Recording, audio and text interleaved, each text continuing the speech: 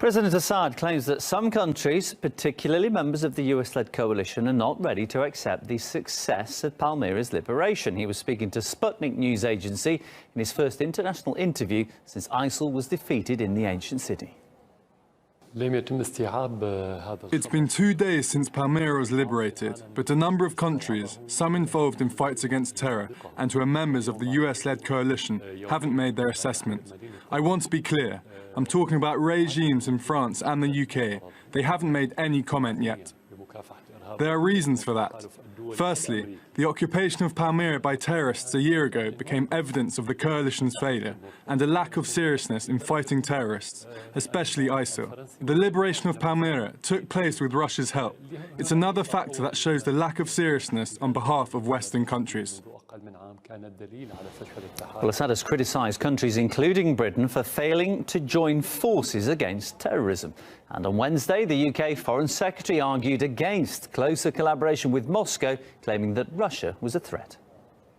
I have no doubt that Russia is sincere in its desire to defeat Daesh in Iraq and Syria. We can't be working in partnership with a country one day and find that it is doing just exactly whatever it wants in flagrant breach of international norms and rules the next day.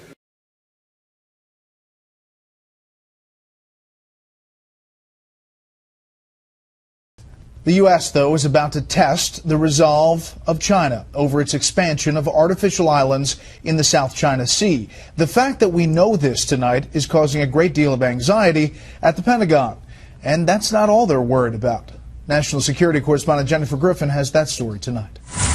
A senior U.S. defense official confirms the U.S. Navy plans to send the USS Lassen, a Navy destroyer, to within 12 nautical miles of the disputed Spratly Islands in the South China Sea within the next 24 hours to challenge China's claims to the artificial islands. The USS Lassen is armed with Tomahawk missiles and is positioned to carry out the operation.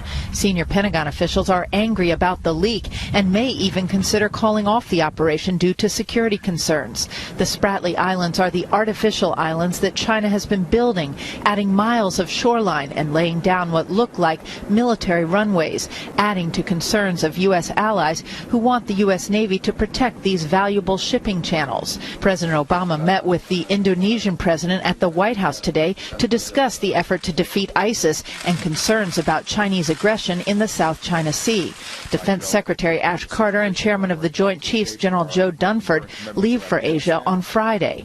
Meanwhile, U.S. Pentagon and intelligence officials are warning that an uptick in Russian submarine activity near vital undersea cables could cripple the nation's ability to communicate in the event of a war. If you make cuts in the right places, take you months, years to go out and maybe repair and try and figure out where these cuts were made.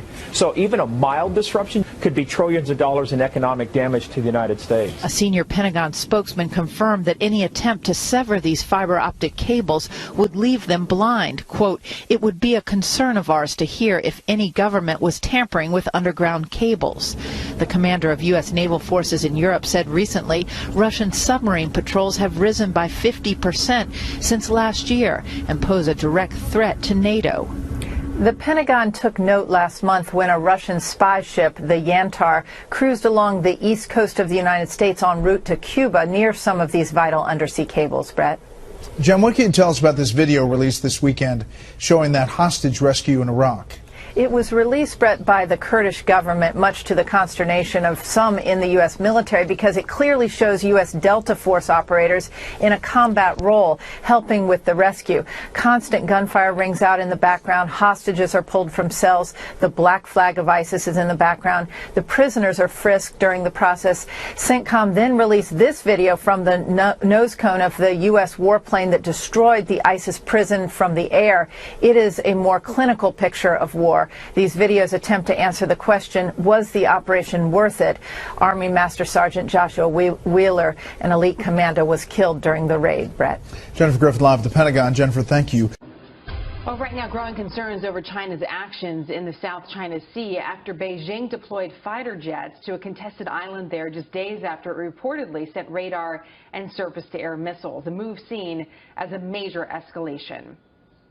China's intent to militarize the South China Sea is as certain as a traffic jam in D.C.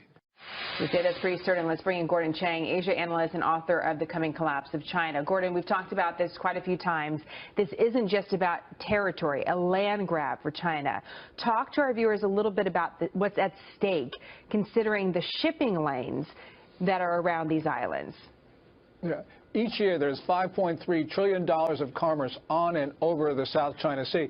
But it's more than just that dollar value. The United States has stood for freedom of navigation for more than 2 centuries, and we defend the global commons. We can't have China or any other nation close off international waters and airspace, because if we do that, the open architecture that we put together after the end of the Second World War, which has brought all this peace and prosperity to the world, that will be over. That's what's at stake. Interesting. So it's not just the cost to maybe every single American consumer, as somehow these shipping lanes were restricted, but also philosophically, what our country stands for is also at stake, as you point out. Why is China making these moves now, Gordon? You know, this is really puzzling, because in the past, China made small advances, hoping not to sort of provoke a reaction. But now China's going for everything at the same time, because it's not only these fighter jets, but it's also the surface-to-air missiles you talked about and the radars in Coron Reef, which were disclosed just a couple of days ago. So what China is doing is lashing out. And this shows that not only are the hardliners in control in Beijing, but also that they are no longer thinking strategically.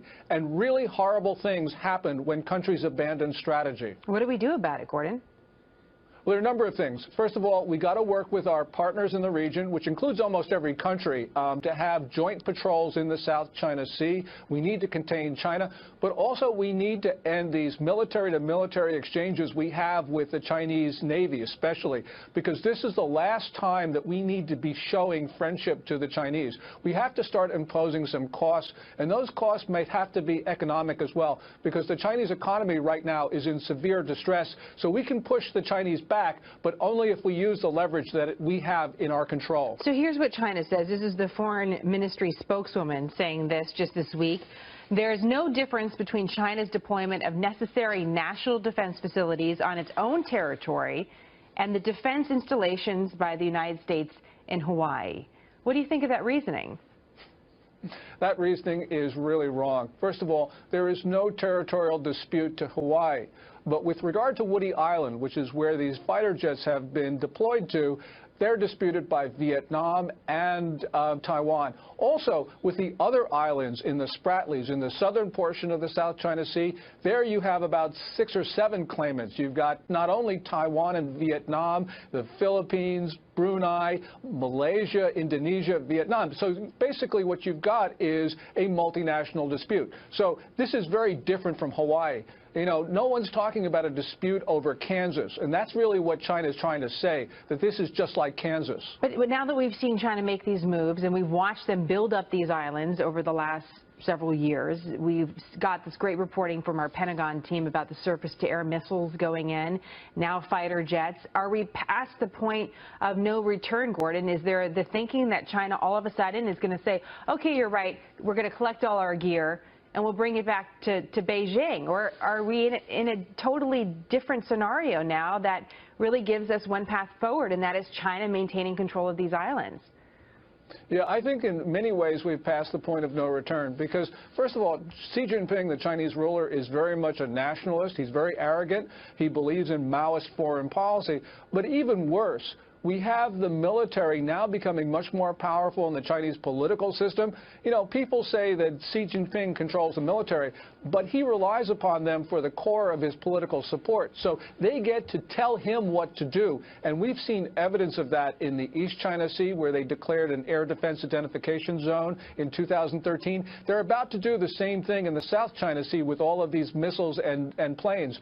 So clearly the military now, I think, is calling the tune. And this is a very dangerous situation, because you have disorganization at the top of the Chinese political system. Just quickly before I let you go, I mean, what do you think are the scenarios that are out there now that they have the fighter jets, now that they have the surface-to-air missiles, now that they have the reports of their defense systems along the coral reefs? Are they are they going to prove a point by trying to take out a ship, a cargo ship, or a plane? What is really their next move? How dangerous can this be? that really is the next move, and the question is whether they're going to take it. You know, this is a situation where China is militarizing, despite the pledges it gave to Secretary Kerry just last month, and despite the pledges of Xi Jinping giving to Obama in September. So, you know, you cannot rule out any horrible scenario, because that's very well where this could be going. It's scary to think about, but we have to consider all possibilities because we are in kind of this new space with this specific part of the world. Gordon, great to have your expertise as always. Thank you so much.